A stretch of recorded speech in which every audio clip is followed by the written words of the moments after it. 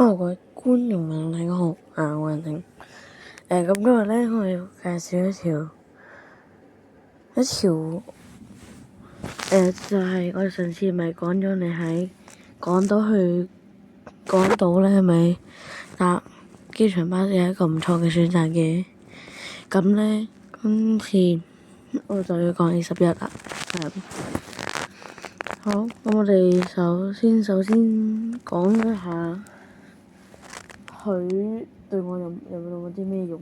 其實咧，有啲用，有啲冇用。因為有時候我去旅行嗰啲都係搭夜晚，都係搭 N11，因為我都係朝頭早機。不過咧，如果咧我係搭晏晝機咧，我對佢都有啲唔方便，因為佢停銅鑼灣係停景隆街，唔係停百德新街嗰邊。係啦，佢停百德新街唯一嘅方向都係翻去北角碼頭。咁北角碼頭嘅話，就係對個補習社完之後放學有用，同埋21。好，我哋而家拋開21，我唔想講21。係啦，所以其實 A11，我講一下佢嘅歷史啦。A11咧，其實咧就有幾條唔知佢係 A 定 B 嘅嘢。我記得以前有條 A11T 嘅，不過取消咗。個 T 嘅意思好似係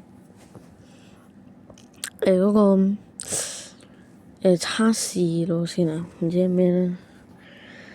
A11就係喺1998年嘅7月6號，即係新機場開業嗰日開始營運嘅。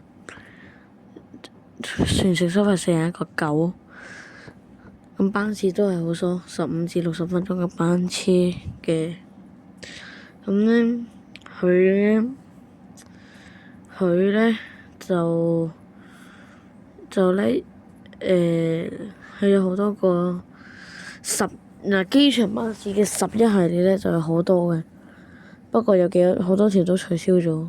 咁就有 A11、A11、A11R 冇取消，A11T 已經取消咗啦，即係E11、E11A、N11、NA11、R11、T11 已經取消咗啦，同埋X11即係 X11第一代都取消咗。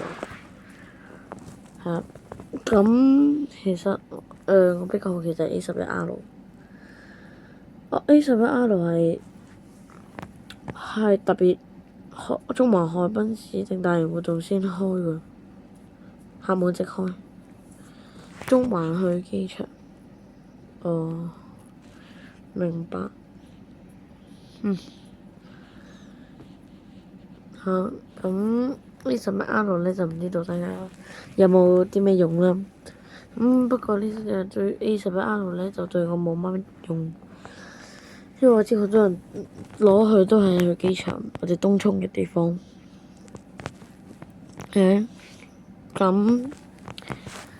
A11其實咧亦有佢喺街上有咩好拍咧影咧？其實就冇咩好影嘅，除非去港級。去港級就比較好多嘢影。